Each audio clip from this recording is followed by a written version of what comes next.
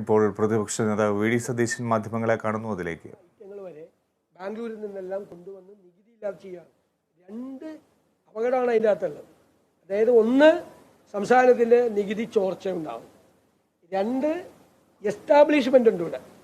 അതായത് കട വാടകയ്ക്ക് എടുത്ത് ഇലക്ട്രിസിറ്റി ബില്ല് കൊടുത്ത് ജീവനക്കാരെ വെച്ച് ടാക്സ് കൊടുക്കുന്ന യഥാർത്ഥ നികുതിദായകനുണ്ട്. അവൻ പൂട്ടിയും പോവും. അയാൾ പൂട്ടിപ്പോയി കഴിഞ്ഞാൽ യഥാർത്ഥ നികുതിദായകനെ നിലനിർത്തേണ്ടത് ഗവൺമെന്റിന്റെ ബാധ്യതയാണ്.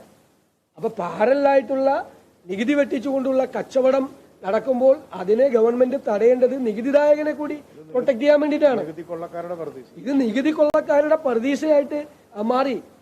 അതാണ് വരുമാനം വരാത്തത്. എല്ലാത്തിലും ഉണ്ടത്. ഏതെങ്കിലും ഒന്നും പറയണ്ട. സ്വർണത്തിനാണ് ഏറ്റവും കൂടുതൽ. സ്വർണ കള്ളക്കടത്തിന്റെയും കറുത്ത കച്ചവടത്തിന്റെയും കേന്ദ്രമാണ് കേരളം. എന്തെങ്കിലും ഒരു ഇനിഷ്യേറ്റീവ് ഈ കേരള GST എടുത്തിട്ടുണ്ടോ ഇത് പിടിക്കാൻ വേണ്ടിയിട്ട്? അപ്പൊ ഇവർ പറഞ്ഞു സെൻട്രൽ GST പിടിച്ചു 2-3 കേസ്. സംസ്ഥാന GSTക്ക് അധികാരമില്ലാന്ന്. സെൻട്രൽ GSTക്കും സ്റ്റേറ്റ് GSTക്കും ഒരേപോലെയുള്ള അധികാരങ്ങളാണ് നിയമത്തിൽ, പാർലമെന്റ് പാസാക്കിയ നിയമത്തിലുള്ളത്. ഇത് ഇവരൊന്നും ചെയ്യില്ല. ഇവിടെ ഇപ്പൊ കല്യാണ വീട്ടിലെ കല്യാണം തുടങ്ങുന്നതിന് മുമ്പ് 2 ആഴ്ച മുമ്പ് ശരത്, ധവളപത്രം പുറത്തിറക്കിയിരിക്കുന്നു. പ്രതിപക്ഷം നേരത്തെ തന്നെ ഇതിന്റെ വിവരങ്ങൾ നമ്മൾ നൽകിയിരുന്നു. ഇപ്പോൾ ധവളപത്രം പുറത്തിറക്കി എന്താണ് പ്രതിപക്ഷം ആക്ഷേപിക്കുന്നത്? സംസ്ഥാനത്തിന്റെ സമ്പദ് വ്യവസ്ഥ അപകടകരമായ ഒരു സ്ഥിതിയിലാണെന്നാണ് പ്രതിപക്ഷ നേതാവ് വി ഡി സതീശൻ ഈ ധവളപത്രം പുറത്തിറക്കിക്കൊണ്ട് ആരോപിച്ചിരിക്കുന്നത്.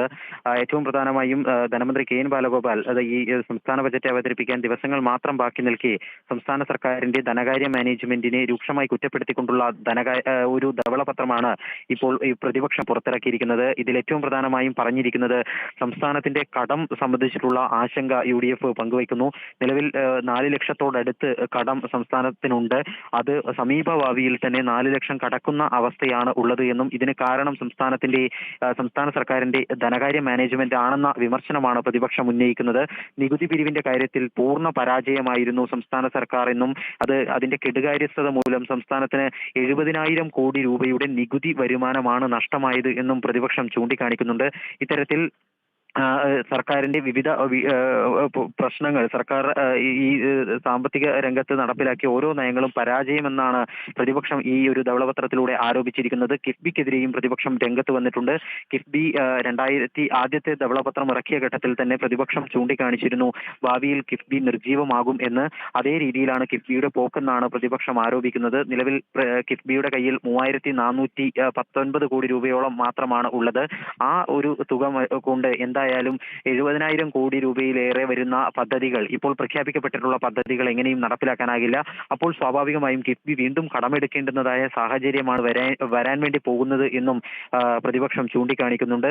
അതോടൊപ്പം തന്നെ സംസ്ഥാനത്തിന്റെ കടവും അതുപോലെ തന്നെ ആഭ്യന്തര ഉൽപാദനവും തമ്മിലുള്ള അന്തരം, അത് റിസർവ് ബാങ്ക് പറയുന്നത് 30%, ഈ ഒരു അന്തരം 30% താഴെയായി നിൽക്കണം എന്നുള്ളതാണ്. പക്ഷേ കേരളത്തിന്റെ കാര്യത്തിൽ അത് എല്ലാ പരിധികളും ലംഘിച്ച് 39.1 ആയി ഉയർന്നിരിക്കുന്നു. ഇത് എത്രത്തോളം വലിയ അപകടകരമായ ഒരു ദിശാസൂചനയാണ് എന്നും പ്രതിപക്ഷം ആരോപിക്കുകയും ചെയ്യുന്നുണ്ട്. ഈ ഒരു ധവളപത്രം ഇനി ബജറ്റ് ചർച്ചയുടെ ഭാഗമായി ഈ ഒരു ധവളപത്രത്തിലെ ഉള്ളടക്കം സഭയിലും ഉന്നയിക്കാനാണ് പ്രതിപക്ഷം തീരുമാനിച്ചിരിക്കുന്നത്. ശരി ശരത്.